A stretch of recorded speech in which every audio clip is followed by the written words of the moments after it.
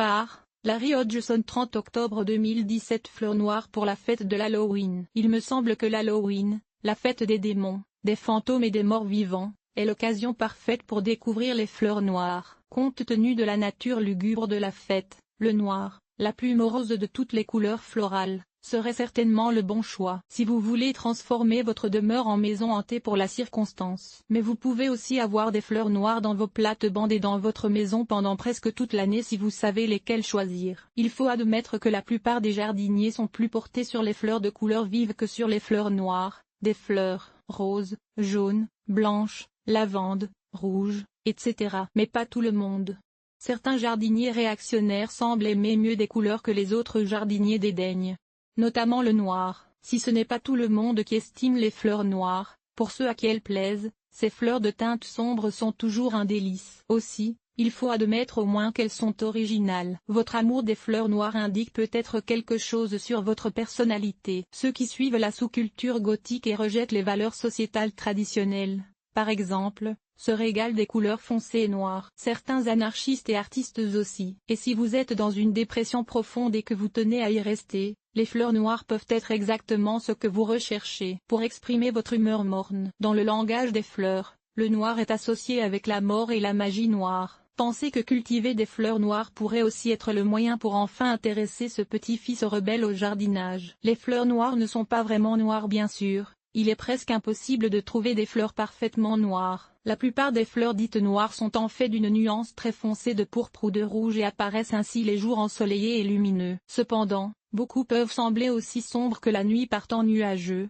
ou en fin de journée, ou encore lorsqu'on les place en contraste avec des fleurs de ton plus clair. Des fleurs noires à découvrir. Voici quelques fleurs noires que vous pourrez cultiver chez vous pour mettre un peu de morosité dans votre vie. Ancoli noir, Aquilegia atrata et autres. Aquilegia x hybrida Black Barlow. Source, www.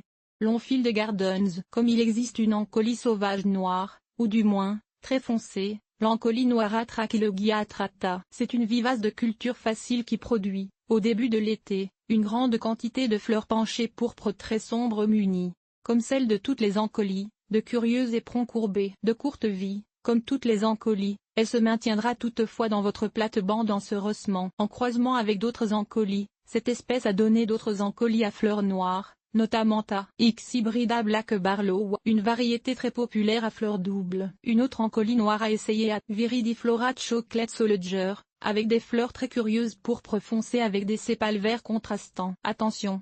Les ancolies souffrent souvent d'une certaine défoliation causée par une infestation d'insectes après la floraison, mais comme elles en récupèrent bien, je suggère de ne pas vous en occuper. Plantez les ancolies au soleil ou à la mi-ombre dans tout sol de jardin bien drainé. La plupart des variétés cultivées sont rustiques en zone 3. Arbre à papillons Black Knight Buddleia davidi Black Knight, Buddleia davidi Black Knight. Source, Ptelea, Wikimedia Commons. Il s'agit d'un grand arbuste aux branches arquées. Il atteint facilement 3 mètres de hauteur et 5 mètres de diamètre si vous ne le taillez jamais, qui produit de nombreux épis de fleurs délicieusement parfumées pendant une bonne partie de l'été. La floraison est spectaculaire, surtout quand des hordes de papillons visitent ces fleurs, comme c'est habituellement le cas. Cet arbuste est de zone 7, donc de rusticité très limitée pour les jardiniers canadiens, mais bien assez solide pour la plupart des jardiniers européens. Il est quand même possible de le cultiver en zone 5 avec une excellente protection hivernale et en le taillant sévèrement au printemps, ce qui réduit toutefois ses dimensions et sa floraison. Certains jardiniers préfèrent cultiver cette plante comme annuelle quitte à la remplacer chaque printemps. Malheureusement, là où l'arbre papillon est rustique, il peut être envahissant à cause de l'abondance de semences qu'il produit, et sa culture est illégale dans certaines régions. Il préfère le plein soleil et un sol bien drainé, voire sec. Cala noir Xanthedeschia CVS, Xanthedeschia Odessa. Source, Isitogrobulp.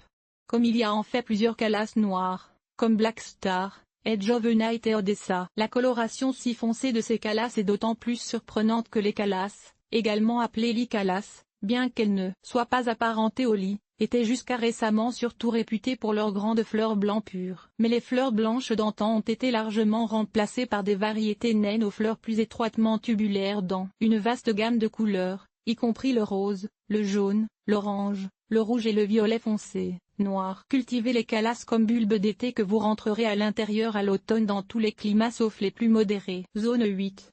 Centauré bleu et noir Centaurea cyanus Black Boy, Centaurea cyanus Black Boy. Source, Mullersay. Comme c'est une variété ancienne de Centaurée bleuet, lancée en 1942. Les cultivars Black Ball et Black Magic sont similaires, sinon identiques. La Centaurée bleuet est une plante annuelle à croissance rapide qui se transplante difficilement. Mieux vaut la semer là où elle doit pousser, au plein soleil dans tout sol bien drainé. Là où elle est heureuse, elle se ressèmera spontanément et ainsi reviendra d'année en année. Centaurée de montagne noire Centaurea montana Black Sprite. Centaurea montana Black Sprite. Source, Lotosk.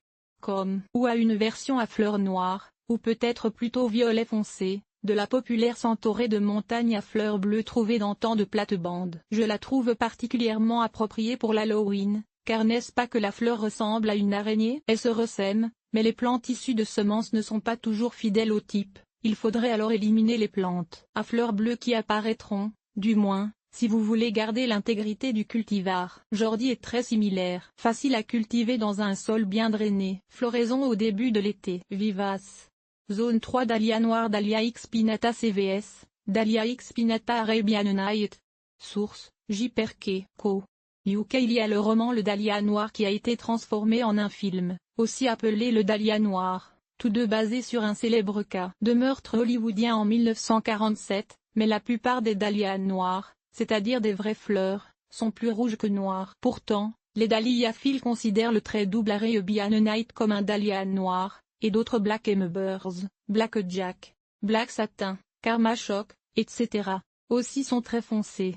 Personnellement, je trouve que Black Orchid, aux fleurs simples portant des pétales torsadés étroits, est encore plus foncé. Plantez les dahlias de toutes couleurs en pot ou en pleine terre au début de l'été, puis rentrez-les à l'intérieur à l'automne, entreposant leurs racines tubéreuses dans un endroit frais et sec pour l'hiver. Seulement dans les régions au climat les plus doux, les zones 8 et plus, peut-on songer à les laisser en pleine terre toute l'année. Géranium sombre Géranium faum. Source, Tuns payant, Wikimedia Commons. C'est un géranium vivace populaire qui fleurit abondamment au début de l'été, avec des fleurs penchées dont les pétales pourpre foncé sont retroussés vers l'arrière tandis que ses étamines et le style sont projetés vers l'avant. Les feuilles de nombreux cultivars, comme le populaire Samobor, sont tachées de brun pourpré. Il est facile à cultiver au plein soleil ou à la mi-ombre, mais il peut devenir un peu envahissant grâce à un auto-ensemencement assez agressif. Zone 3. Hellebore noir Hellebore nigra et ses hybrides, Hellebore X hybridu Onyx Odyssey. Source, Caroline Chez de Gardens d'Iouti. Comme cette espèce de sous-bois à feuilles persistantes a des fleurs naturellement pourpre foncé. Est-il donc surprenant que certains cultivars spécialement sélectionnés soient encore plus noirs? C'est notamment le cas de Black Diamond, d'Onyx Odyssey et de Slate, pour n'en nommer que quelques-uns. Leur floraison est extrêmement précoce et commence aussitôt qu'en janvier dans certaines régions au climat doux, mais pas avant le mois de mai au Québec. Un excellent choix pour le soleil ou l'ombre dans un sol uniformément humide. Vivace.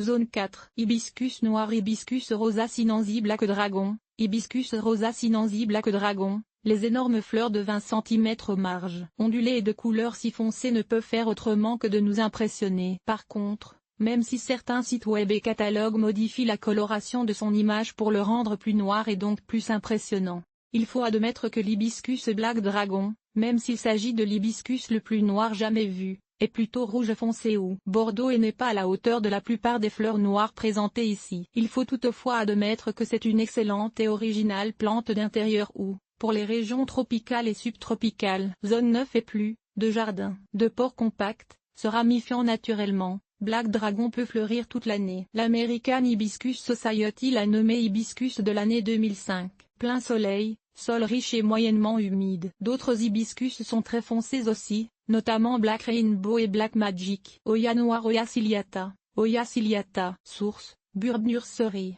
Blogspot. Ça il s'agit d'une grimpante à feuilles duveteuses aux fleurs étoilées marron foncé avec une couronne jaune au centre. On dit qu'ils sentent les cacahuètes. Je souligne l'on dit, car j'ai tué cette plante 2 fois avant même de la voir fleurir. Ce n'est certainement pas la fleur de porcelaine Oya carnosa, de votre grand-mère, solide comme le roc, mais plutôt une plante d'intérieur plus délicate, nécessitant une humidité élevée et un arrosage attentif en tout temps. Zone 10. Iris noir Iris chrysographe Black Form. Source, J. Perquet, Co. UK. Ce petit iris svelte porte des fleurs naturellement noires. Eh bien, presque. Dans la nature, elle varie de violet rougeâtre au pourpre très sombre. N'empêche que ces iris s'est approprié le nom commun d'iris noir. Plusieurs cultivars sont plus sombres que l'espèce, dont Black Form, Black Beauty, Black Knight et Q Black. Il existe d'autres iris naturellement noirs, dont I. nigricans, I. atrophusca et I. atropurpurea, mais ils sont rarement cultivés. Plein soleil ou mi-ombre dans un sol riche et bien drainé. Zone 4. Iris des jardins noirs. Iris X germanica CVS, Iris X germanica study in black. Source, Baker. Comme si l'iris noiri. Chrysographe, est petit et svelte. L'iris des jardins est une plante plus massive avec des fleurs beaucoup plus grosses et des tépales très larges. Il existe de nombreux cultivars à fleurs noires et elles sont généralement très noires. C'est une plante vivace robuste et, si vous pouvez empêcher le perceur de l'iris de trouer ses rhizomes, elle fleurit de façon spectaculaire, à la fin du printemps et au début de l'été. Sur la longue liste de cultivars à fleurs noires, il y a All Night Low, Before the Storm, Black is Black, Midnight Oil, Raven Girl et Study in Black. Plein soleil ou ombre légère dans un sol bien drainé. Zone 3. Hyacinthe noire. Hyacinthe orientali Midnight Mystique, Hyacinthe orientali Midnight Mystique. Source, Vameuin. Comme ce cultivar est d'introduction assez récente, 2007, mais quand même assez facile à trouver dans les catalogues de bulbes sinon en magasin. Et il est maintenant vendu à des prix réguliers. Les 3 premiers bulbes vendus se sont échangés pour près de 300 000 $ US. Ces fleurs étoilées portées densément sur une tige courte, mais épaisse, sont très foncées, presque noires, mais peut-être cette couleur sombre est compensée par un parfum capiteux et délicieux. Dark Dimension, un hybride d'introduction encore plus récente, est très similaire. Plein soleil à mi-ombre dans un sol bien drainé. Zone 4. Lit noir. Lilium CVS, Lilium Midnight Mystery. Source, Amazon. Comme c'est surtout parmi les lits asiatiques qu'on trouve les lits noirs, soit ceux à fleurs pourpres très foncées qui paraissent bien noirs sous un éclairage approprié. Voici quelques exemples: Black Charm, Dimension, Landini et Midnight Mystery. Ce sont des bulbes assez rustiques, zone 4, et assez faciles à cultiver. Du moins, là où le cryocère du lit ne sévit pas. Lilium Martagon Cataniae, avec beaucoup de petites fleurs en forme de turban, est un autre lit violet foncé. De plus, il est plus rustique encore que les lits asiatiques. Zone 3. Plantez les lits en plein soleil ou à la mi-ombre dans un sol riche et bien drainé. Œillet des poètes noirs. Dianthus barbatus nigrescens, Dianthus barbatus source, Sample seeds. Comme il y a plusieurs œillets des poètes de pourpre foncé à presque noir, apparemment tout dérivé de nigrescens, une variété très ancienne, et tous ont des feuilles violacées et un doux parfum. Parmi ces cultivars, il y a Sooty et Blackadder qui se ressemblent comme 2 gouttes d'eau. Les œillets de poète sont généralement bisannuels ou, du moins, des vivaces de courte vie, mais ils peuvent survivre dans nos plates-bandes pendant des décennies en s'auto-ensemençant. Zone 3. Orchidées noires. Freudéclarkeara After Dark et autres. Freudéclarkeara After Dark Svo Black Pearl. Source, Orchidea Internet Magasin. Flo. Comme il y a plusieurs prétendants au titre de l'orchidée la plus noire et là, je ne fais pas référence aux orchidées qui sont teintes artificiellement. Toutefois, la plupart des orchidophiles vous diront que l'orchidée hybride aux fleurs les plus noires est l'un des clones de Freudéclarkeara After Dark, une petite orchidée très parfumée issue d'un croisement entre les genres Catasetum, Clouisia et Montmorde. Elle peut fleurir plusieurs fois par année et n'est pas difficile à cultiver non plus. Du moins, pas une fois que vous avez compris qu'elle doit passer par une période prolongée de sécheresse quand elle commence à laisser cueillir ses feuilles. Il y a aussi quelques espèces d'orchidées aux fleurs relativement noires, mais Dracula vampira, avec ses 3 larges sépalacées noires ressemblant à des ailes de chauve-souris, a certainement le nom le plus évocateur. Zone 10. Ce texte a-t-il éveillé votre intérêt pour les fleurs noires? En voici la suite.